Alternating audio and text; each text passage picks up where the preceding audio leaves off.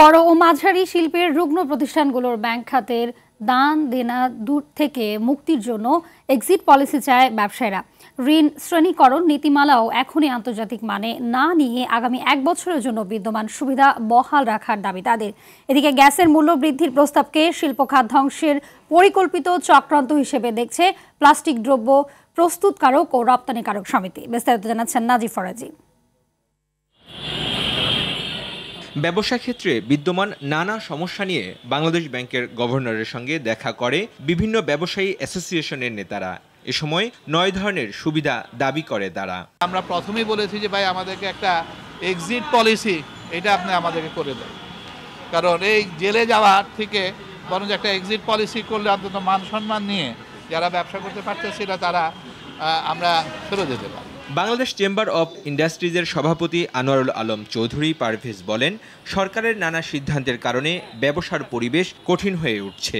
যদি ক্লাসিফিকেশন 3 মাসই যদি হয় তাহলে এপ্রিলের মধ্যে আপনারা 60-70% ইন্ডাস্ট্রি দেখবেন যে বসে গেছে, ক্লাসিফাইড হয়ে বসে গেছে।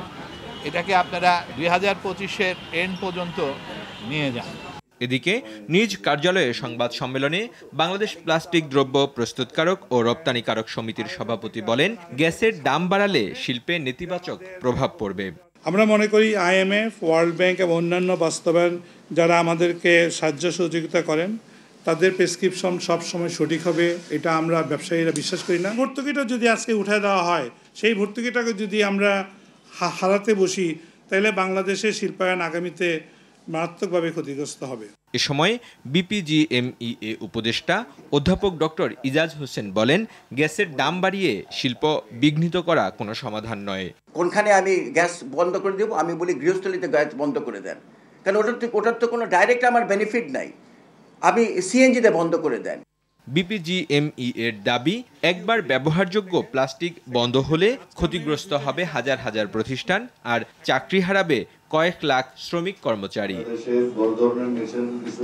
নাজিফ ফরাজি, RTV, ঢাকা।